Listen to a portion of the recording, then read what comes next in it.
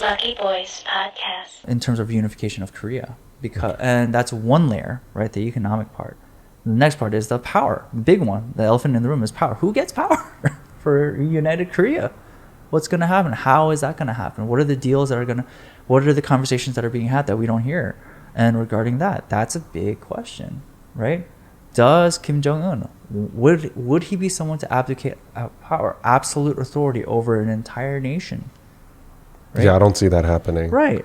And then when it's very difficult to I don't think that. the United States will allow that. I don't know, right? I don't know if the U.S. would allow that. I don't know what's going to happen, right? If hypothetically, if there was one Korea, I don't think U.S. or China will allow that.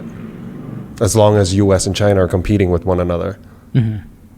And that's what's happening. That's right? a very important location, world geographically. Yeah. I mean, Korea, what's interesting if you look at Korean history is that they're always caught in they're literally like the middle kingdom, so to speak, right? They're like there between Japan, right? Manchuria, China, right? So there's always something going on over there, right? Yeah. So when you really look at that, and also Korea is not just, it's not like they don't have anything. They're very resource rich. They got a lot of resources. So, and they have a lot of deep water ports, right? So it's great to have a port, right? Yeah. They've got a lot of ports. That's why they can do a lot of exports and things like that. So, based on all that kind of stuff, like, Korea's always kind of been in the middle of a lot of different proxies, so to speak. They're always influenced by someone.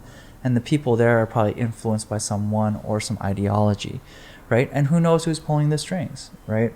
I always kind of, I'm not the conspiracy theorist or whatever. People don't like that. But I'm like, let's do some research, right? Let's look and go down the rabbit hole, right? Why? Because at least in the U.S., you have access to information. Right, yeah. So we should do our due diligence to do that, right? Korea, they have access to information. Right, they have free access. Right? Did you talk about? You're referring to South Korea has South access. Korea, yes, yeah. South Korea. Sorry, South Korea. Yeah. Right. And so they have access to this information, right? So they're able to kind of piece things together, right? And do I think that there are things that will fly in the face of what we want to believe? Absolutely, right? Should we not acknowledge that? I don't think so, because if it's there, well, the next question should be, well, what can we do to address this? Not necessarily just for us, or just like a certain group of people or certain thing like this, especially when it comes to politics. But if you're in this sort of democratic society, right, and we have elected officials, so shouldn't they be working for the people, right? Should we be doing that, right? And you see that in Korea right now, like even South Korea right now, people are seeing that the government is not really taking care of its people, even if the policies that they put in place, it's actually gotten quite predatory, right? South Korea, yep. And then in North Korea, you don't have a voice.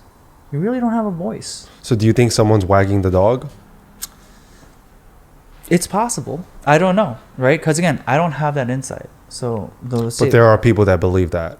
I mean, there are those that are truly the face of power are not actually the ones making the decisions at the end of the day. Who knows, right? And I don't necessarily think so, right? I think that, yes, someone may be wagging the dog. I think that there is a strong possibility for that. But again, my understanding, right, is limited, right? I will never have the full picture of everything, right? Based on the things that I've heard. I don't think any of us will. Right.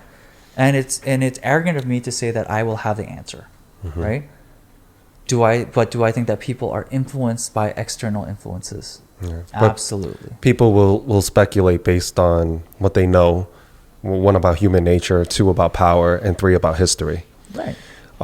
That said, I don't think I ever got an answer. South Korea, why would they help North Korea economically? Economically, it can be political. It can be for reunification. It can be for a number of different things. So it was more like they're thinking long term. It could be, yes. So if we were to ever unite, we have the infrastructure set up. But then you did mention that if there was unification, of Korea, what happened in Germany was that when they unified, the German economic structure was depleted, or it went down, and for South Korea to do what they're doing is to help North Korea to reach that level. And then by that time, when unification is a possibility, then it can work. Or at least one would hope so in an ideal world, right? Right. Lucky Boys Podcast.